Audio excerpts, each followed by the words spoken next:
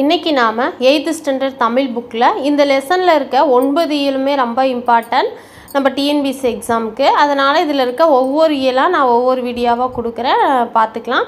அதுக்கு முன்னாடி சப்ஸ்கிரைப் பண்ணிட்டு பாருங்கள், அப்போ தான் அடுத்தடுத்த வீடியோ உங்களுக்கு நோட்டிஃபை ஆகும்.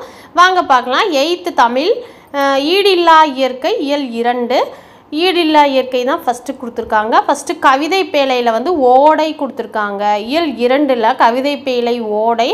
அதில் வந்து நுழையும் முன் என்ன கொடுத்துருக்காங்கன்னா, மனித வாழ்க்கை வந்து இயற்கையோடு தான் இணைஞ்சிருக்கு அப்படின்னு சொல்கிறாங்க. கவின்மிகு காலை பொழுதும் மயக்கும் மாலை பொழுதும் பிறை நிலவும் ஓடும் ஓடையும் பாயும் ஆறும் கத்தும் கடலும் நம் மனதை மயக்க வல்லதாக இருக்குன்னு சொல்லி ஓடைகளை பற்றியும் இயற்கையை பற்றி இந்த நுழையும் முன் கொடுத்துருக்காங்க.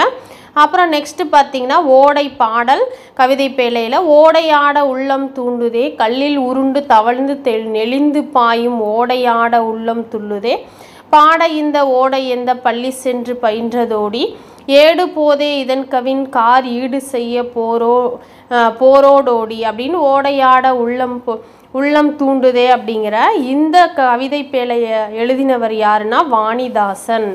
ஓடை அப்படிங்கிற கவிதையை இந்த எழுதினவர் யாருன்னா வாணிதாசன். நெக்ஸ்ட்டு சொல்லும் பொருளும் வந்து தூண்டுதல் அப்படின்னா ஆர்வம் கொள்ளுதல், ஈரம் அப்படின்னா இரக்கம். உனக்கு ஈரம் இல்லையா அப்படிலாம் கேட்பாங்க, தான் இரக்கம் இல்லையா அப்படின்னு கேட்குறது தான். முழவு அப்படின்னா அது ஒரு இசைக்கருவி. நன்சை அப்படின்னா நிறைந்த நீர்வளத்தோடு பயிர்கள் விளையும் நிலம். புன்சை அப்படின்னா குறைந்த நீரால் பயிர்கள் விளையும் நிலம்.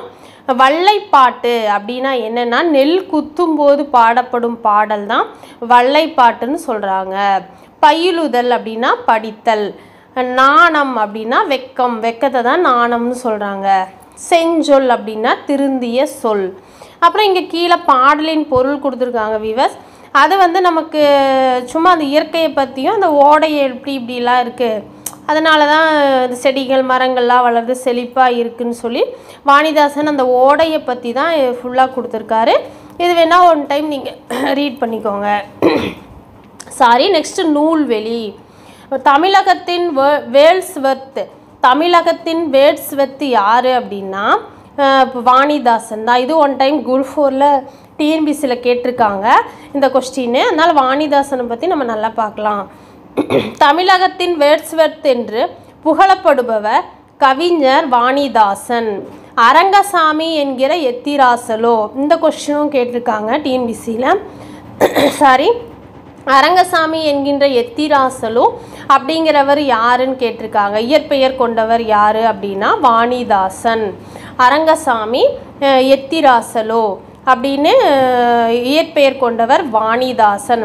அரங்கத்துக்குள்ள ராசுவும் வாணியும் போனாங்க. அரங்கத்துக்குள்ளே ஏதோ ஒன்று வாங்கிறதுக்கோ இல்லை பார்க்குறதுக்கோ அரங்கத்துக்குள்ளே யார் போனாங்கன்னா வாணியும் ராசுவும் போனாங்க அப்படின்னு சின்னதாக ஷார்ட்கட் ஞாபகம் வச்சுக்கோங்க. உங்களுக்கு பிரியம்னா வச்சுக்கோங்க, இல்லைன்னா உங்கள் விருப்பப்படி நீங்கள் ஷார்ட்கட்டாக ஏதோ ஞாபகம் வச்சுக்கோங்க.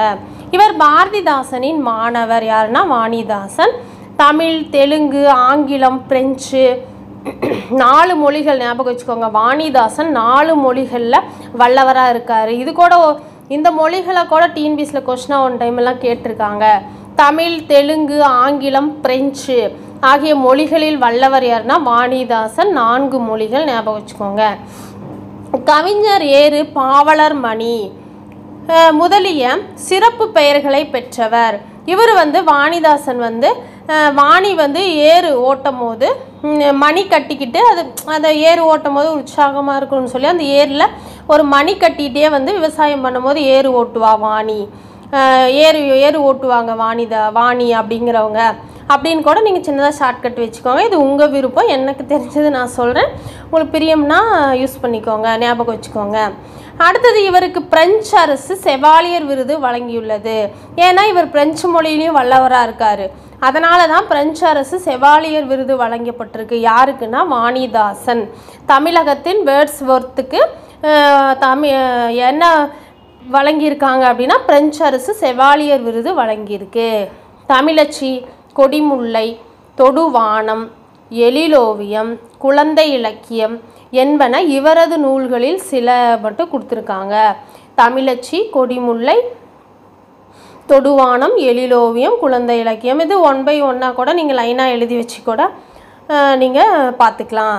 அப்பப்போ ரிவிஷன் பண்ணும்போது நீங்கள் இந்த நூல்கள் எல்லாம் அவர் நேம் போட்டு ஒவ்வொருடைய நூலாசிரியருடைய நூல்களை தனியாக எழுதி வச்சுட்டிங்கன்னா அப்பப்போ நீங்கள் ரிவிஷன் பார்க்குறதுக்கு உங்களுக்கு ரொம்ப யூஸ்ஃபுல்லாக இருக்கும்.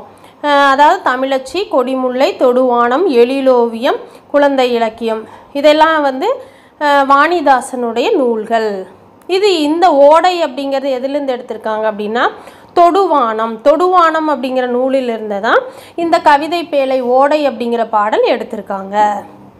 நெக்ஸ்ட்டு கவிதை பேழை 7:2 கோணக்காத்து பாட்டு. கோணக்காத்து பாட்டு அப்படின்னா என்ன? கோணக்காத்து பாட்டுன்னா இயற்கை மிகவும் அழகானது, அமைதியானது. கோணக்காத்து பாட்டு வந்து தமிழ்நாடு வந்து அடிக்கடி புயலால் தாக்கப்படும் பகுதியாக இருக்குது. அதனால் முன்பு ஒரு முறை தமிழ்நாடு புயலால் தாக்கமடைந்த போது நாட்டுப்புற பாடல் வடிவில் பாடப்பட்ட பாடல்கள் தான் இது கோணக்காத்து பாட்டு. கோணக்காத்து பாட்டுனா என்னன்னு ஃபஸ்ட் நம்ம தெரிஞ்சுக்கலாம். ஒரு முறை தமிழ்நாட்டில் புயல் தாக்குண்ட போது நாட்டுப்புற பாடல் வடிவில் பாடப்பட்ட பாடல் தான் கோணக்காத்து பாட்டு. இந்த பாக்ஸில் கீழே பாக்ஸில் அந்த கோணக்காத்து பாட்டு கொடுத்துருக்காங்க. இது இதனுடைய ஆசிரியர் செங்கம்பூர் சாமிநாதன். கோணக்காத்து பாட்டு உரு மட்கட் டிய முகிலால் கோணக்காத்து உழன்று மெத்த அடித்ததினால். இந்த பாடலை எழுதினவர் ஆசிரியர் வெங்கம்பூர் சாமிநாதன். இது நல்லா பார்த்துக்கோங்க. 1 டைம் நீங்கள் பாடலை 1 டைம் வீடியோ நிறுத்திட்டு ரீட் பண்ணிக்கோங்க. நெக்ஸ்ட்டு சொல்லும் பொருளும். முகில் அப்படின்னா மேகம், கெடி கலங்கி, மிக வருந்தி, சம்பிரமுடன், முறையாக. சம்பிரமுடன் அப்படின்னா சம்பிரதாயத்துடன்லாம் சொல்லுவாங்க பேச்சு வழக்கில், அது வந்து முறையாகன்னு அர்த்தம் பொருள். சேகரம் அப்படின்னா கூட்டம். காங்கேய நாடு. காங்கேய நாடுனா கொங்கு மண்டலத்தில் இருக்கிற 24வது நாடு. காங்கேயம் நாடுனா என்னென்னா கொங்கு மண்டலத்தில் இருக்கிற 24வது நாடுகளுள் ஒன்று தான் காங்கேய நாடு. இது ரொம்ப இம்பார்ட்டன்ட், நல்லா பார்த்துக்கோங்க. விண்ணம் அப்படின்னா சேதம்.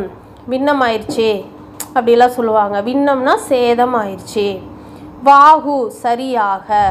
காலன் அப்படின்னா யமன். மெத்த அப்படின்னா மிகவும். நெக்ஸ்ட் இங்கே கீழே பாடலின் பொருள் கொடுத்துருக்காங்க. இது 1 டைம் நீங்கள் ரீட் பண்ணிக்கலாம். நெக்ஸ்ட்டு நூல்வெளி பார்க்கலாம்.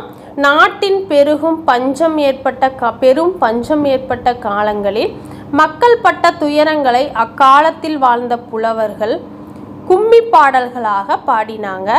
பேச்சு தமிழில் அமைந்த இவை பஞ்ச கும்மிகள் என்று அழைக்கப்பட்டன. அதாவது நாட்டில் பெரும் பஞ்சம் ஏற்பட்ட காலத்தில் மக்கள் படும் துயரங்களை வந்து அக்காலத்தில் கும்மி பாடல்களாக பாடியிருக்காங்க. அந்த கும்மி பாடல்கள் எல்லாம் பேச்சு தமிழில் அமைஞ்சிருக்கு. முக்கியமாக கவனிக்க வேண்டியது, இந்த கும்மி பாடல்கள் பேச்சு தமிழில் அமைந்திருக்கு. அது எல்லாமே எப்படி அழைக்கப்பட்டிருக்கு அப்படின்னா கும்மி பாடல்கள் பஞ்ச கும்மிகள் என அழைக்கப்பட்டன. புலவர் சே ராசு தொகுத்த பஞ்ச கும்மிகள் என்னும் நூலில் இடம்பெற்றுள்ளது. வெங்கம்பூர் சாமிநாதன் இயற்றிய இது வந்து ராசு தொகுத்த பஞ்சகும்மிகள் அப்படிங்கிற நூலில் தான் இது இருக்குது. இந்த வெங்கம்பூர் சாமிநாதன் தானே இந்த கோணக்காத்து பாட்டு என்னும் இயற்றியவர். அதை வந்து கோணக்காத்து பாட்டு அதில் இருக்குது அந்த நூலில். அது வெங்கம்பூர் சாமிநாதன் இயற்றியது. எனும் காத்து நொண்டி சிந்தியிலிருந்து சில பாடல்கள் இதில் தரப்பட்டிருக்குன்னு சொல்கிறாங்க. நெக்ஸ்ட்டு உரைநடை உலகம் இயல் 2. இதில் வந்து அமெரிக்காவின் பூஜே சவுண்ட் என்னுமிடத்தில் சுற்றி வாழ்ந்தவர்கள் தான் சுகுவாமிஸ் பழங்குடியினர். அவங்க வந்து என்னென்னா சுகுவாமிஸ் பழங்குடியினர் எங்கே இருந்தாங்க அப்படின்னா அமெரிக்காவில் பூஜே சவுண்டில் வாழ்ந்த பழங்குடியினர் யாருன்னா சுகுவாமிஸ் பழங்குடியினர். அவருடைய தலைவர் யாருன்னா சியாட்டல் தான் அவருடைய தலைவர். அவர் வந்து குடியரசுத் தலைவருக்கு அதாவது அவருடைய இயற்கை வளங்கள் அப்பகுதியில் இருக்க இயற்கை வளங்கள் எல்லாம் சிதையாமல் காக்கப்பட வேணும்னு சொல்லி அதை சொல்லும்படியாக அமெரிக்க குடியரசுத் தலைவர் யாருன்னா அமெரிக்க குடியரசுத் தலைவருக்கு ஒரு கடிதம் ஒன்று எழுதுகிறாரு. அந்த கடிதத்தை தான் இந்த உரைநடை பகுதியில் கொடுத்துருக்காங்க.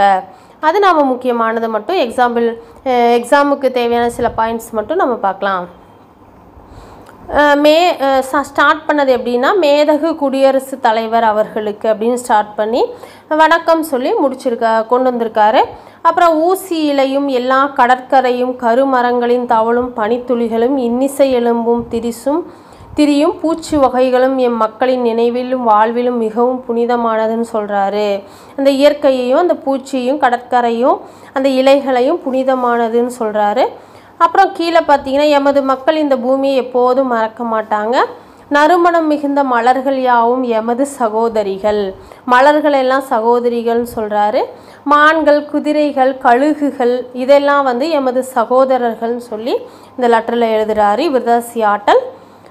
அப்புறம் ஏரிகளில் பிரதிபலிக்கும் நினைவு எச்சங்கள் எம் மக்களின் வாழ்வியல் நினைவுகளை நினைவு கூர்பவை. இந்த நீரின் முணுமுணுப்புகள் எம் பாட்டன்மார்களின் குரல்களே தான் அப்படின்னு சொல்கிறாரு. இந்த ஆறுகள் யாவும் எங்களுடைய உடன் பிறந்தவர்கள், ஆறுகளை வந்து உடன் பிறந்தவர்கள்னு சொல்லி சியாட்டல் இந்த லெட்டரில் எழுதுகிறாரு. அப்புறம் நீங்கள் அயலவர்கள், இந்நிலத்திலிருந்து தேவையானவற்றை எடுத்து செல்வதை நீங்கள் இங்கு வருகிறீங்கன்னு சொல்கிறாரு. அப்புறம் வந்து கீழே பாருங்கள், இந்த பூமியில் உங்களில் உடன் பிறந்தார் அன்று பகைவரே இதனை வென்று கையகப்படுத்திய பின் நீங்கள் வேறு இடத்திற்கு நகர்த்தப்படுவீர்கள். அதனால் வந்து பாலைவனம் ஆகிவிடும் இது. அதனால் நாங்கள் பூமியை தாயாக நினைக்கிறோம், வானத்தை தந்தையாகவும் கருதக்கூடியவர்கள்னு சொல்கிறாரு. அப்புறம் கீழே விலங்குகள், நாங்கள் காற்றை மிகவும் மதித்து போற்றுறாங்களாம் அவங்க காற்றை. விலங்குகள், மரங்கள், மனிதர்கள் உள்ளிட்ட யாவற்றுக்கும் சுவாசித்தல் வந்து பொதுவானதுன்னு சொல்கிறாரு. அதை பற்றி தான் இங்கே எல்லாம் கொடுத்துருக்காங்க. இந்நிலம் தான் எங்களுக்கு தாயி, உங்கள் குழந்தைகளுக்கு நீங்கள் இதெல்லாம் சொல்லி கொடுங்க, இயற்கையை பற்றி தான் இது ஃபுல்லாக கொடுத்துருக்காரு. அப்புறம் கீழே லாஸ்ட்டாக பார்க்கலாம். நாங்கள் எங்கள் நிலத்தை விற்பதாக இருந்தால் எங்கள் நிலத்தை நாங்கள் நேசிப்பது போலவே நீங்களும் நேசியுங்கள். நாங்கள் எப்படி காப்பாற்றி வந்திருந்தோமோ அப்படியே காப்பாற்றுங்கள். முழுமையான விருப்பத்தோடு உங்கள் குழந்தைகளுக்காக இந்நிலத்தை போற்றி காப்பாற்றுங்கள். நிலத்தை நேசியுங்கள், இயற்கை நம் எல்லோரையும் நேசிப்பது போலன்னு சொல்லி தங்கள் உண்மையுள்ள சியாட்டல்னு சொல்லி இந்த லெட்டரை முடிச்சிருக்காரு. நூல்வெளி என்ன கொடுத்துருக்காங்கன்னா, இந்த கட்டுரை பக்தவச்சல பாரதி எழுதிய தமிழக பழங்குடிகள் அப்படிங்கிற நூலில் இருந்து தான் சியாட்டல் எழுதின லெட்டரை எடுத்திருக்காங்க. எதில் இருந்து அப்படின்னா, பக்தவச்சல பாரதி எழுதிய கட்டுரை, அது வந்து தமிழக பழங்குடிகள் என்னும் நூலில் இருந்து இது எடுத்திருக்காங்க. இது நல்லா பார்த்துக்கலாம். வேறு என்ன இருக்குது? அப்புறம் விரிவானத்தில் வெட்டுக்கிளியும் சருகுமானும் சொல்லி சின்னதாக ஒரு கதை மாதிரி கொடுத்துருக்காங்க. நடுக்காட்டில் சலசலவென ஓடும். இந்த நுழையும் முன் பார்த்துக்கலாம். தமிழ்நாடு, கேரளா மாநிலங்களின் எல்லைகள்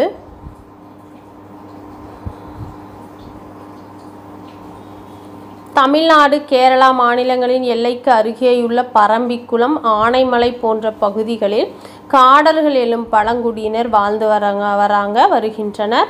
நமது முன்னோர்கள் காடுகளில் எவ்வாறு வாழ்ந்தார்கள் என்பதை வருங்கால தலைமுறையினர் மறந்துவிடக்கூடாதுன்னு சொல்லி இதில் சொல்லியிருக்காங்க. எனவே காடுகள், செடி கொடிகள், விலங்குகள் தொடர்பான கதைகளை நாங்கள் பிள்ளைகளுக்கு, பேரன் பேத்திகளுக்கு சொல்லி வந்தனர்னு சொல்கிறாங்க.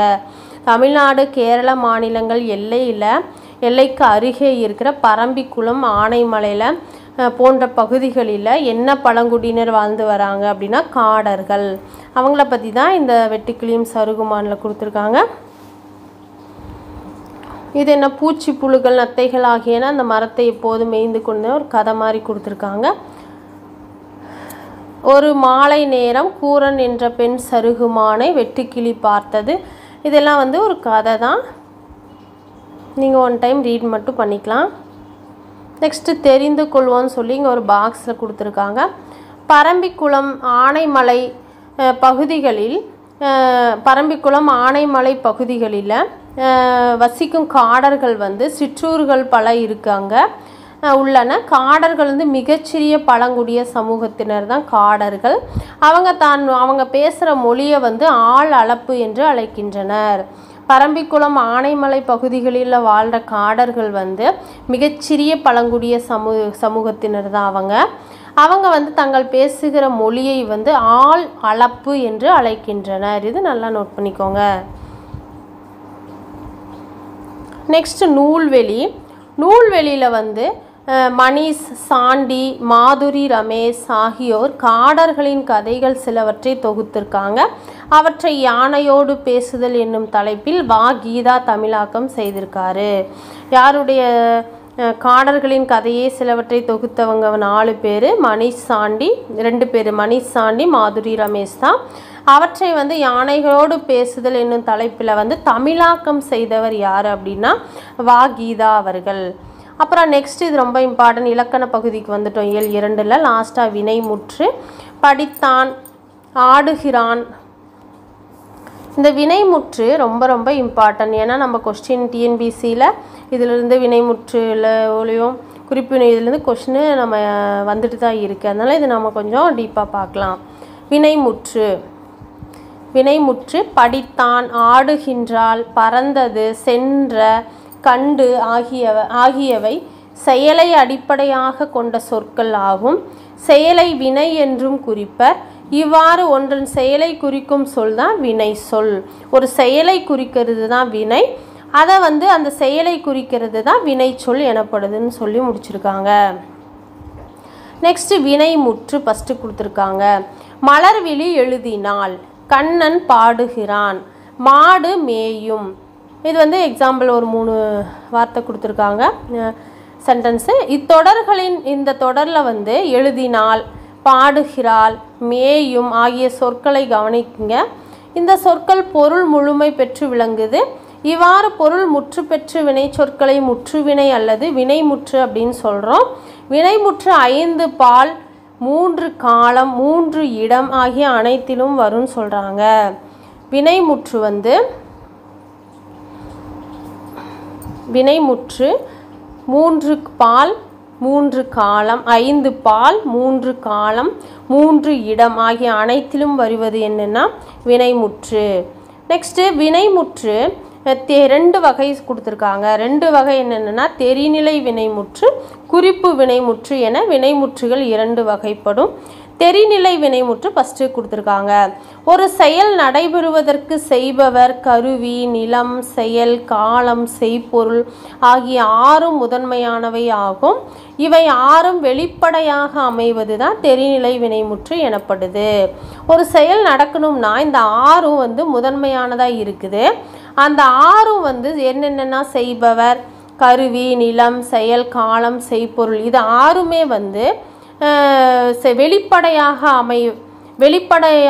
வெளிப்படுமாறு அமைவது, 6மே வெளிப்படுமாறு அமைவது தான் தெரிநிலை வினைமுற்று. எடுத்துக்காட்டு மாணவி கட்டுரை எழுதினாள், இதுதான் எடுத்துக்காட்டு தொடர்.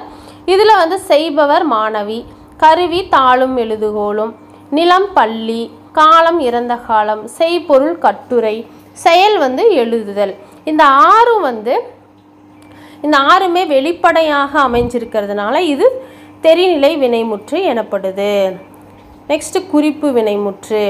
குறிப்பு வினைமுற்றில் பொருள், இடம், காலம், சினை, குணம், தொழில் ஆகியவற்றின் ஒன்றன் அடிப்படையாக கொண்டு தான் குறிப்பு வினைமுற்று வரும். காலத்தை வெளிப்படையாக காட்டாது. இது நல்லா நோட் பண்ணிக்கோங்க. காலத்தை குறிப்பாக காலத்தை வெளிப்படையாக காட்டாதுன்னு ஒரு சின்னதாக ஒரு ஷார்ட்கட் வச்சுக்கோங்க. காவரிசை குறிப்பாக காலத்தை வெளிப்படையாக காட்டாது குறிப்பு வினைமுற்று. செய்பவரை மற்றும் வெளிப்படையாக காட்டுது, அந்த வினைமுற்று தான் குறிப்பு வினைமுற்று எனப்படுது. பொருள் பொன்னன், இடம் தென்னாட்டார், காலம் ஆதிரையான், சினை கண்ணன், பண்பு கரியன், தொழில் எழுத்தன். தெரிநிலை குறிப்பு வினைமுற்றுகள் அன்றி இது ஏவல் வினைமுற்று, வியங்கோல் வினைமுற்று என இதெல்லாம் குறிப்பு வினைமுற்றுக்கான எடுத்துக்காட்டு வார்த்தைகள் தான். இதெல்லாம் இப்போ நம்ம பார்த்தது. இன்னும் இருக்குது ஏவல் வினைமுற்று, வியங்கோல் வினைமுற்று என பிற வகை வினைமுற்றுகளும் தமிழில் இருக்குதுன்னு சொல்கிறாங்க. அதையும் கொடுத்துருக்காங்க, அதையும் நம்ம பார்க்கலாம். ஏவல் வினைமுற்று பாடம் படி, கடைக்கு போ ஏவருது, அதை செய், இதை செய், அதை பண்ணு, அப்போ எழுது, பாடம் படி, கடைக்கு போ, அதை வாங்கிட்டு வா அப்படின்னு சொல்லி ஏவற மாதிரி இத்தொடர்கள் ஒரு செயலை செய்யுமாறு கட்டளையிடுகின்றன. கட்டளையிடுறது, அதை செய்த செய்யணும். இவ்வாறு தன் முன் உள்ள ஒருவரை ஒரு செயலை செய்யுமாறு ஏவும் வினைமுற்று தான் ஏவல் வினைமுற்று எனப்படுது.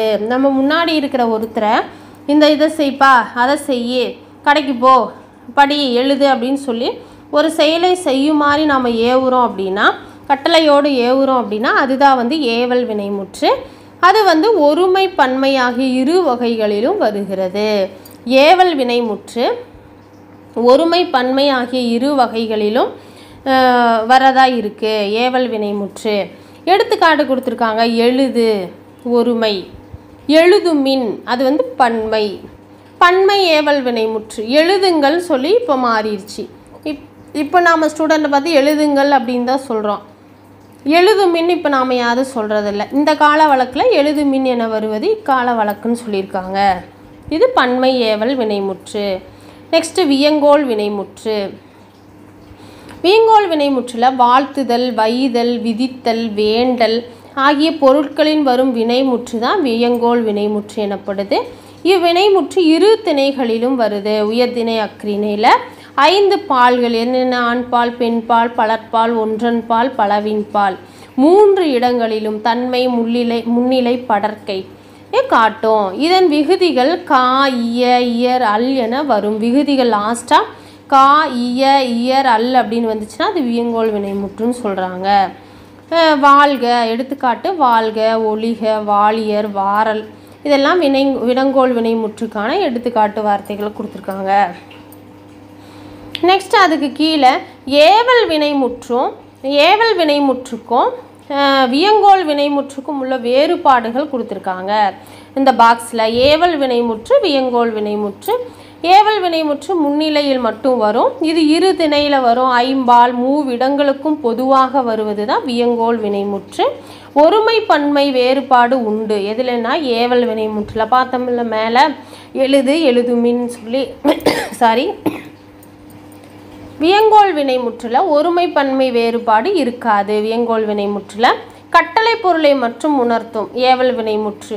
வாழ்த்துதல், வைதல், விதித்தல், வேண்டல் ஆகிய பொருட்களை உணர்த்துது தான் வியங்கோல் வினைமுற்று. லாஸ்ட்டாக இல்லு இல்லு இல்லுன்னு முடிஞ்சிச்சுன்னா அது வியங்கோல் வினைமுற்றுன்னு கூட சின்னதாக ஷார்ட்கட் ஞாபகம் வச்சுக்கோங்க. அங்கேயே பொருள்களை உணர்த்துகிறது தான் வியங்கோல் வினைமுற்று. விகுதி பெற்றும் பெறாமலும் வரும். எதுனா ஏவல் வினைமுற்று. விகுதி பெற்று மட்டும்தான் வரும். அது எதுனா வியங்கோல் வினைமுற்று.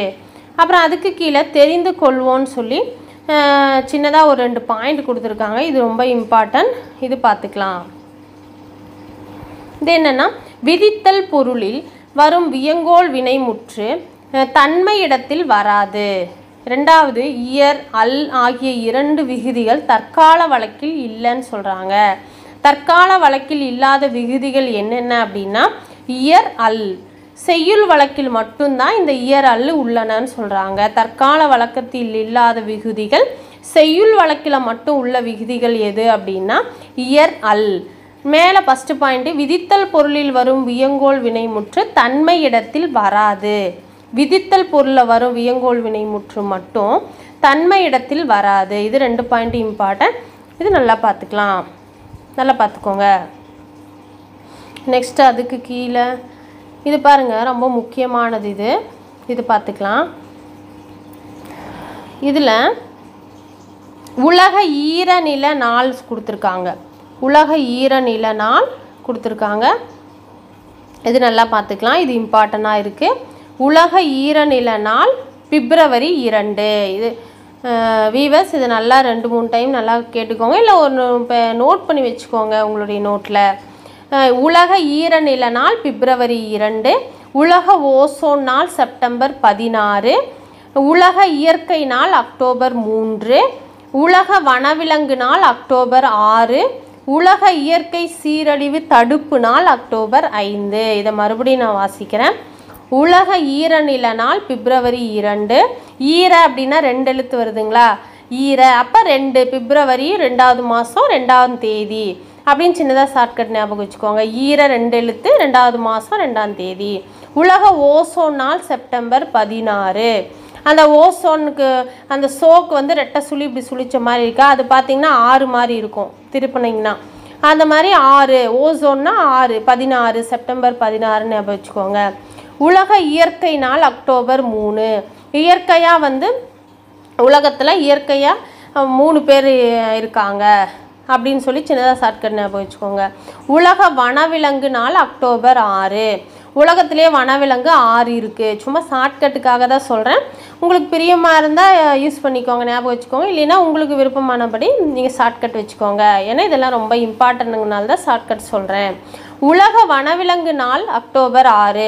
உலகத்திலேயே வனவிலங்கு 6 தான் இருக்குது அப்படின்னு சின்னதாக ஒரு உணர்ச்சி இதில் வந்து ஞாபகம் வச்சுக்கோங்க. உலக இயற்கை சீரழிவு தடுப்பு நாள் அக்டோபர் 5.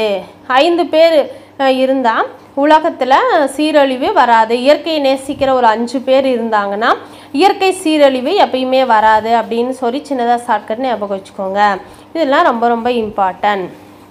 நெக்ஸ்ட்டு அதுக்கு கீழே தொடர் வகைகள் கொடுத்துருக்காங்க. தொடர் வகைகளும் ரொம்ப இம்பார்ட்டன்ட் தான். இதில் சில தொடர்கள் கொடுத்துருக்காங்க, அதை நம்ம பார்க்கலாம். தொடர் வகைகள் பொருள் அடிப்படையில் 4 வகைப்படுது. எத்தனை வகைப்படுதுன்னா தொடர்கள் 4 வகைப்படுது. அது வந்து ஃபஸ்ட்டு செய்தித்தொடர். ஒரு செய்தியை தெளிவாக கூறும் தொடர் தான் செய்தித்தொடர் ஆகும். எடுத்துக்காட்டு, கரிகாலன் கல்லணையை கட்டினான் அப்படின்னு தெளிவாக ஒரு தொடர் இருக்குது. அதனால் வந்து இது செய்தித்தொடர். நெக்ஸ்ட்டு வினாத்தொடர் பார்க்குறோம். நெக்ஸ்ட் வினாத்தொடர்னா என்னன்னு நமக்கு தெரியும். ஒருவரிடம் ஒன்றை வினவுவதாக அமையும் தொடர் தான் வினாத்தொடர் ஆகும். எடுத்துக்காட்டு, ஒரு டீச்சர் வந்து ஸ்டூடெண்ட் கிட்ட கேட்குற மாதிரி, சிலப்பதிகாரத்தை இயற்றியவர் யார்? இந்த காட்டு வந்து ஏதாவது ஒரு சின்னதாக ஒரு கொஸ்டின் எந்த கொஸ்டின் நம்ம கேட்குறோம் ஒரு டீச்சராக, அதுதான் சிறந்த எடுத்துக்காட்டுன்னு நான் நினைக்கிறேன். ஒரு டீச்சர் வந்து ஒரு ஸ்டூடெண்ட் கிட்ட கேட்குற மாதிரி இருக்கிறது தான் வினாத்தொடர்கள். கொஸ்டினோட வரும். அதை வச்சே நம்ம வந்து ஷார்ட்கட்டாக ஞாபகம் வச்சுக்கலாம். கொஸ்டின் கேட்குற மாதிரி வந்துச்சுனாவே அது வினாத்தொடர். நெக்ஸ்ட்டு விளைவு தொடர் கொடுத்துருக்காங்க, அதையும் பார்த்துக்கலாம். விளைவு தொடரும் இம்பார்ட்டன்ட். 4 வகைகளில் வந்து இது 3வது வகை தான் விளைவு தொடர். என்னென்னா ஏவல், வேண்டுதல், வாழ்த்துதல், வைதல் ஆகிய பொருள்களில் வரும் தொடர்பு தான் விளைவு தொடர் ஆகும். என்னென்னதில் ஏவல், வேண்டுதல், வாழ்த்துதல், வைதல் ஆகிய பொருள்களில் வருகிற தொடர் தான் விளைவு தொடர் ஆகும். எடுத்துக்காட்டு கொடுத்துருக்காங்க, பார்க்கலாம். இளமையில் கல், அது வந்து ஏவல் பொருளில் வருது. உன் திருக்குறள் நூலை தருக, அது வந்து எப்படி, இது ஒரு இடத்துல நம்ம கேட்குறோம், வேண்டுறோம், எனக்கு அது கொடுக்குறியாப்பா, இது தாரியா அப்படின்னு சொல்லி, திருக்குறள் நூலை தரையா, எனக்கு அந்த கைடு கொஞ்சம் தரையா, அந்த புக்கு கொஞ்சம் தருக அப்படின்னு சொல்லி நாம் ரெக்வஸ்ட்டாக வேண்டுற மாதிரி கேட்குறது எல்லாமே வேண்டுதல் பொருளில் வருது. இதுவும் விளைவு தொடர். அப்புறம் உழவு தொழில் வாழ்க அப்படின்னு சொல்லி வாழ்த்துறோம். ஒரு விஷயத்தை வந்து நம்ம வாழ்த்துறோம். உழவு தொழில் வாழ்க, உழவர்கள் வாழ்க, விவசாயம் வாழ்க அப்படின்னு சொல்லி நம்ம ஒரு விஷயத்தை வாழ்த்துறோம் அப்படின்னா அதுதான் வந்து அதுவும் வந்து விளைவு தொடர் தான். நெக்ஸ்ட்டு கல்லாமை ஒழிக, நாம் வந்து வைதல், கல்லாமை ஒழிக, மது ஒழிக அப்படியெல்லாம் நம்ம சொல்கிறோம்ல, வையிறோம். எதிர்மறையாக பார்த்திங்கன்னா மறைமுகம் நம்ம அதை வையறது தான் நம்ம ஒழிகன்னு சொல்கிறோம். அதுவும் வந்து விளைவு தொடர் தான். இந்த மாதிரி ஏவல், வேண்டுதல், வாழ்த்துதல், வைதல் இந்த 4 பொருள்களிலும் வரும் தொடர் எல்லாமே விளைவு தொடர் தான். இது நல்லா ஞாபகம் வச்சுக்கோங்க. நெக்ஸ்ட்டு உணர்ச்சி தொடர் பார்க்கலாம்.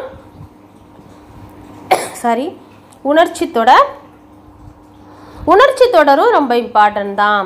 இது என்னன்னா உணர்ச்சினா நமக்கே தெரியும். உவகை, அழுகை, அவலம், அச்சம், வியப்பு முதலான உணர்ச்சிகளை உணர்த்தும் தொடர் தான் உணர்ச்சி தொடர் எனப்படுது. எடுத்துக்காட்டு பாருங்க, அடடா என் தங்கை பரிசு பெற்றாள் அப்படின்னு உவகையாக சொல்கிறோம், ஒரு பெருமையாக உவகையாக சொல்கிறோம். அப்போ அடடா என் தங்கை பரிசு பெற்றுட்டா அப்படின்னு சொல்லி, அது வந்து உவகை தொடர். இது உணர்ச்சி தொடர் தான். புலி வருகிறது அப்படின்னு நம்ம என்ன சொல்லுவோம், சந்தோஷமாக நம்ம ஒன்றும் சொல்ல போதில்லை. புலியை பார்த்த உடனே புலி வருது அப்படின்னு கத்த போகிறோம்.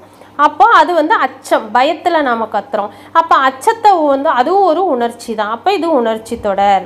பழந்தமிழ் இலக்கியங்கள் பல அழிந்து விட்டனவே, ஐயோ இப்படி ஆயிடுச்சே அப்படின்னு சொல்லி அவலமாக நம்ம சொல்கிறோம். அது எல்லாமே அவலமாக சொல்கிற தொடர்களும் வந்து உணர்ச்சி தொடர் தான்.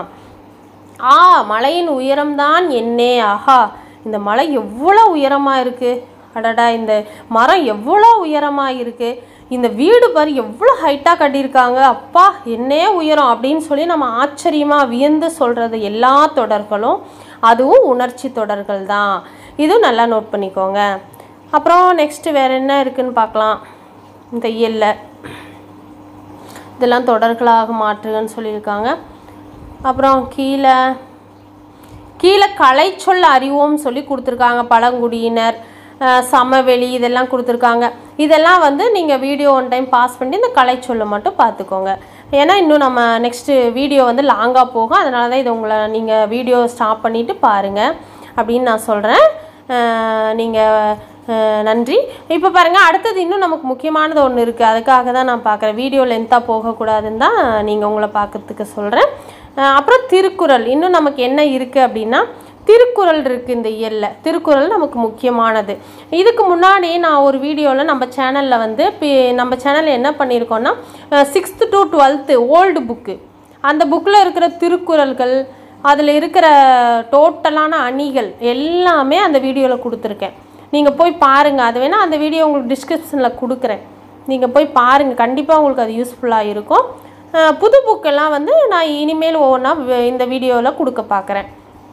வாங்க பார்க்கலாம். திருக்குறள் வந்து ஃபஸ்ட்டு எடுத்த உடனே நுழையும் முன் பார்த்துடலாம். நுழையும் முன்னில் வந்து திருக்குறள் நீதி நூல் மட்டுமன்று, அது வாழ்வியல் நூலாக இருக்குது. திருக்குறள் எக்காலத்திற்கும் எல்லா மக்களுக்கும் பொருந்தும் அறக்கருத்துகள் கொண்ட நூல் எதுன்னா அது திருக்குறள் தான். எக்காலத்துக்கும் எல்லா டிஎன்பிசியில் திருக்குறள்லேருந்து நிறையா கொஸ்டின் நமக்கு கேட்குறாங்க. அதனால் நம்ம திருக்குறள் மட்டும் நீங்கள் எப்போ பார்த்தாலுமே நல்லா டீப்பாக பார்த்துக்கோங்க. திருக்குறள் நீதி நூல் மட்டுமன்றி அது ஒரு வாழ்வியல் நூலாக இருக்குது. எக்காலத்திற்கும் எல்லா மக்களுக்கும் பொருந்தும் அறக்கருத்துக்களை கொண்ட நூலாக இருக்குது. திருக்குறளின் பெருமையை விளக்க திருவள்ளுவ மாலை எனும் நூல் எழுதப்பட்டிருப்பதே அதற்கு சான்றாகும். இத்தகைய பெருமை கொண்ட திருக்குறளை பயிலோன்னு சொல்லி ஆரம்பிச்சிருக்காங்க. இந்த திருக்குறளில் அணிகள் வந்திருக்கிற திருக்குறள்களை மட்டும் நாம் இம்பார்ட்டண்ட்டாக பார்க்கலாம். நடுவு நிலைமை ஃபஸ்ட்டு கொடுத்துருக்காங்க. அந்த நடுவு நிலைமையில் 2வது குறள், சமன் செய்து சீர்தூக்கும் கோல் போல் அமைந்து ஒரு பால் கோடாமை சான்றோருக்கு அணி. இது பொருள் என்னன்னா, தான் சமமாக இருந்து தன்னிடம் வைக்கப்படும் பொருள்களின் எடையை துலாக்கோல் சரியாக காட்டும். அதுபோல நடுவு நிலைமையுடன் சரியாக செயல்படுவதே சான்றோருக்கு அழகாகும் அப்படின்னு சொல்லியிருக்காங்க. இது என்ன அணி அப்படின்னா ஊமை அணி. இது வந்து ஊமை அணி.